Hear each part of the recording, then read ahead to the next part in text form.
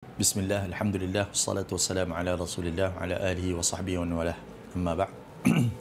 Bila kita dah bercakap tentang semua orang, pendapat dia boleh diterima ataupun ditolak. Jadi mungkin ada dalam kalangan kita ni yang tiba-tiba dah terfikir, kalau macam tu kita boleh langgar je lah. Peraturan manusia ni kita boleh langgar lah, sebab manusia tidak ada yang betul semua kan. Jadi kita langgar je lah peraturan manusia, bukan peraturan Tuhan pun kan. Ataupun bukan sebab dia dengar saya cakap yang sebelum ni, bukan siri-siri yang lepas ni, tapi memang dia berpendapat macam tu. Dia kata, alah, peraturan duniawi je lah, peraturan manusia saja, tak perlulah kita semangat sangat nak ikut, bukan peraturan Tuhan pun. Jadi dia kata macam tu. Betul ke kaedah ni? Jawapannya tidak tepat lah. Sebab apa? Sebab ada sebuah hadis Nabi SAW kata apa? Siapa yang mentaati pemimpinku, maksudnya yang diutuskan oleh Nabi, yang dilantik oleh Nabi, maka dia seperti mentaati aku. Dan siapa yang mentaati aku, maka dia mentaati Allah. Jadi menunjukkan kata apa? Siapa sahaja yang menjadi wakil kepada Nabi SAW, walaupun dia bukan Nabi, Nabi suruh sahabat-sahabat, Nabi suruh orang Islam untuk taat juga kepada dia. Sebab apa? Sebab kita kena ingat, dalam dunia ni dia tidak lari daripada kita ni mesti ada hubungan dengan manusia. Bila ada hubungan dengan manusia, jadi hubungan manusia ni perlu disusun. Bila dia perlu disusun, jadi ada dalam kalangan manusia yang kita dah lantik dia, kita dah terima dia sebagai ketua kita, sebagai pemimpin kita. Jadi kita ikutlah arahan dia supaya urusan kita sesama manusia ni tersusun. Sebab itulah Nabi SAW sampaikan kata kepada sahabat-sahabat, kalau mereka bermusafir, 3 orang saja, 3 orang je. Maksudnya kalau bermusafir ni, kita tahulah musafir ni kalau zaman Nabi SAW, mereka ni akan keluar daripada kawasan manusia. Mereka akan duduk di padang pasir yang tak ada orang, yang tak ada negara lah, ataupun tak ada siapa-siapa yang memberi pengawasan, penguasa tu tak ada. Jadi tengah-tengah jalan tu, kalau mereka ada nak buat apa-apa keputusan, Nabi SAW kata kepada sahabat-sahabat, kalau janganlah kamu musafir 3 orang sekali pun, melainkan lantik seorang. Maksudnya biar daripada 3 orang tu ada seorang ketua. Sebab apa ada ketua? Supaya urusan kita ni akan tersusun.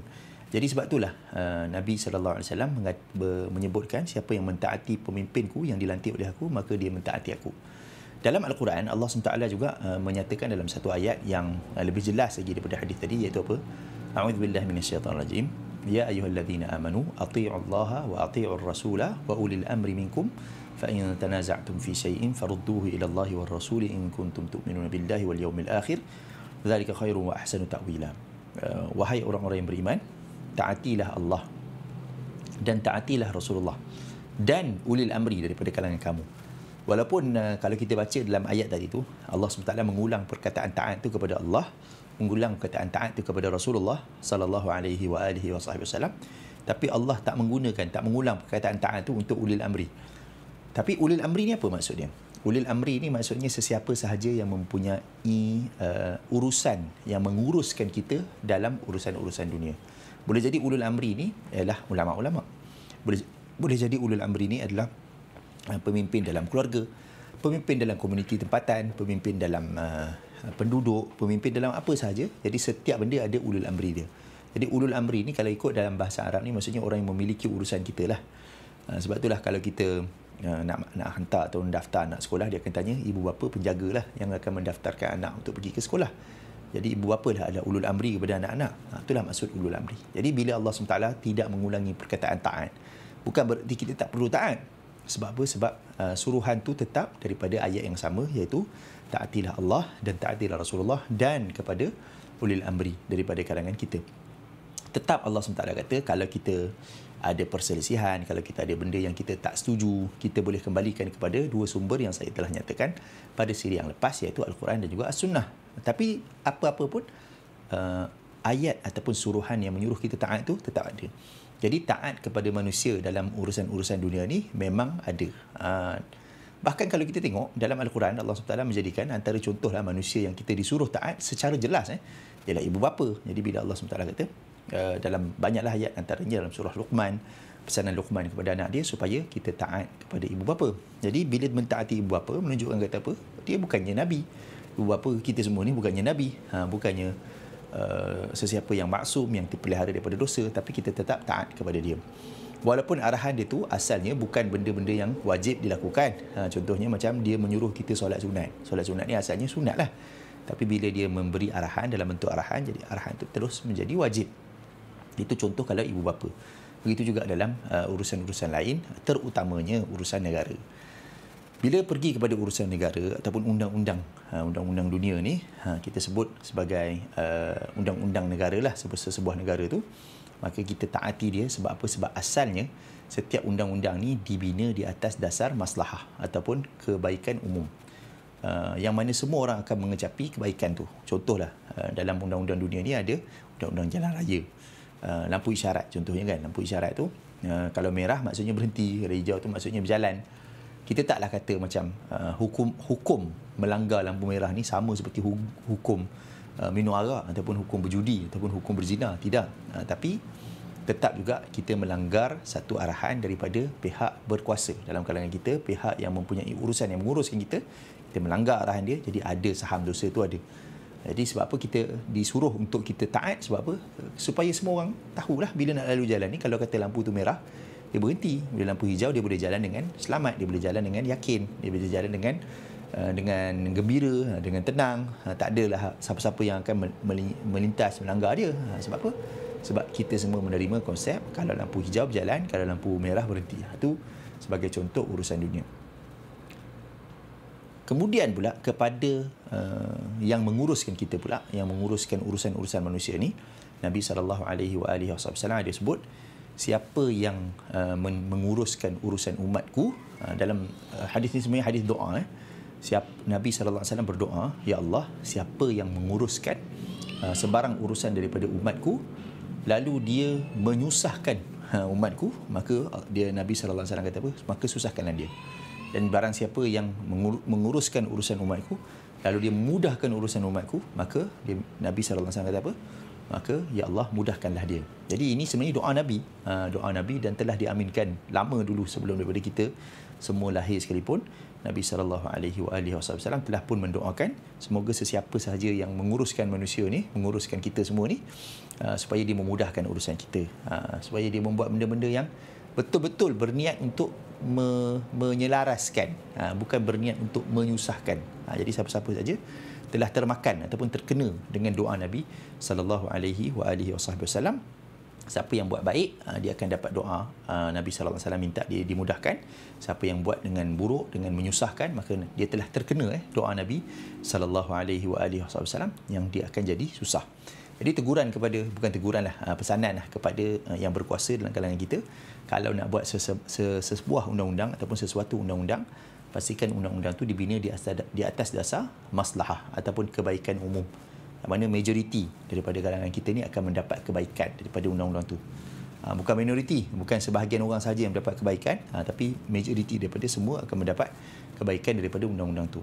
Sebagai contohlah, kalau kita kata tadi tu contoh undang-undang jalan raya. Contohlah kalau kita ambil dalam undang-undang keagamaan lah, kalau di Malaysia ni contoh macam undang-undang nikah kahwin. Bila nak nikah ni, antara syarat dia mesti mengambil ujian darah HIV. Sebab apa kena ambil ujian darah tu? Supaya tidak menyebarkan virus ni. Virus tu dia menyebabkan dia akan kekal lah. Dia akan kekal, virus tu dia akan kekal. Walaupun mungkin ada orang dia kuat, ada orang dia lemah, tapi virus tu akan kekal. Dan kesan dia bila berkahwin ni akan memberi kesan kepada pasangan, akan memberi kesan kepada anak. Bukan kata dia haram kahwin, tidak. Dia kena buat ujian tu lah. Kalau dia buat ujian tu positif sekalipun dia ada virus tu, kalau pasangan dia tu tak ada masalah, keluarga pasangan dia pun tak ada masalah, dia boleh teruskan perkahwinan. Tidak diharamkan berkahwin. Tapi undang-undangnya kata mesti buat ujian saringan. Supaya apa? Supaya kebaikan umum lah. Sebab virus ni bila dia tersebar, dia akan tersebar kepada masyarakat. Macam itulah contoh dalam bab kesihatan ataupun berkaitan dengan agama. Sama juga kalau kita kata di Malaysia ni apa-apa sahaja urusan-urusan berkaitan dengan nikah kahwin ni, berkaitan dengan cerai, berkaitan dengan rujuk ni perlu direkodkan di mahkamah. Dan ada denda pula siapa yang tidak membuat di mahkamah ataupun di dalam mengikut undang-undang syariah, dia akan ada denda dia. Sebab apa?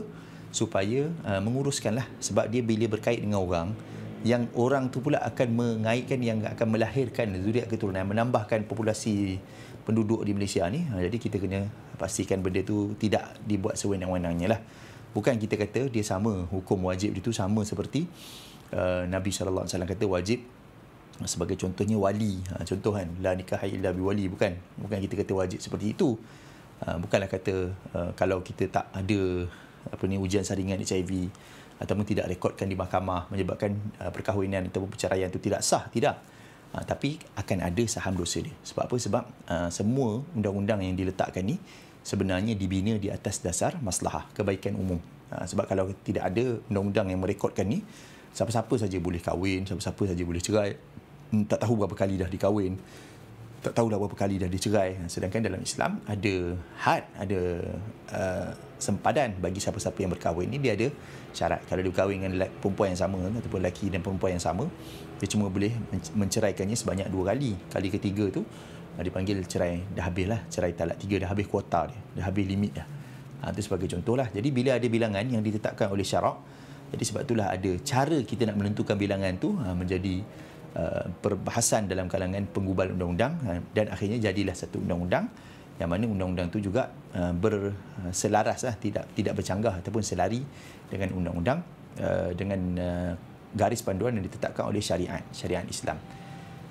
Yang terakhir berkaitan dengan undang-undang ni, bila kata berlaku sebarang undang-undang yang telah dilakukan ataupun sebarang kata-kata yang telah dilafazkan oleh manusia ni kan, ataupun ketua kita ni kan, adakah taraf dia tu sama seperti kalau kita kata dalam hadis Nabi sallallahu alaihi wasallam tadi, adakah taraf itu sama seperti hadis Nabi sallallahu alaihi wasallam? Sebab siapa yang mentaati pemimpin yang dilantik oleh aku, maka seperti dia mentaati aku. Jawapannya tidaklah, bukanlah macam tu.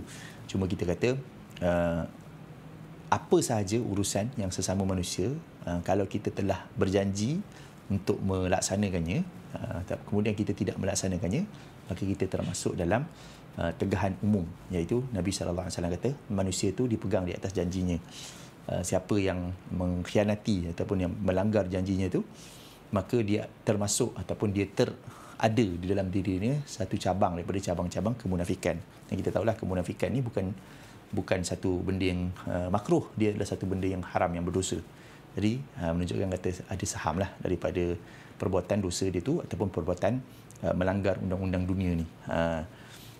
Yang terakhir, bila kita bercerita tentang undang-undang dunia, undang-undang agama yang telah disusun lah dalam dunia ni, bukan kita kata kita mengubah ataupun menambah dalam urusan dunia, bukan.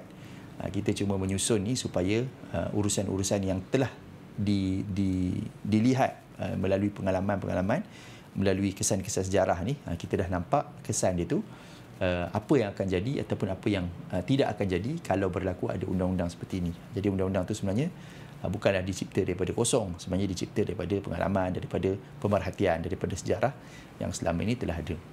Jadi sebagai kesimpulan dia apa? Semua manusia boleh diterima dan ditolak kecuali Rasulullah sallallahu alaihi wasallam. Tetapi bagi kita, bila kita telah melantik seorang manusia sebagai ketua kepada kita, sebagai yang menguruskan urusan kita, jadi kita wajib mentaati dia selagi mana dia tidak menyuruh ataupun melarang benda-benda yang jelas bercanggah dalam syariat, dalam Islam. Selagi mana dia tak buat benda macam tu, jadi kita wajib mentaati dia. Kita kena ingat, mudahnya macam ibu bapa lah. Jadi yang susahnya macam selain daripada ibu bapa lah. Tapi manusia, begitulah dia kehidupan kita dalam dunia ni. Ada hubungan sesama manusia, ada bukan sahaja hubungan kita dengan Allah SWT, ada urusan yang kita akan buat sesama manusia. Sebab itulah Islam meletakkan garis panduan ni. Menunjukkan kata apa? Sebab Islam ni dia agama yang sesuai untuk manusia dan juga agama yang memang tepatlah kena dengan kehidupan manusia. Sebab itulah Islam ni adalah agama yang tersusun ataupun agama yang bersistem.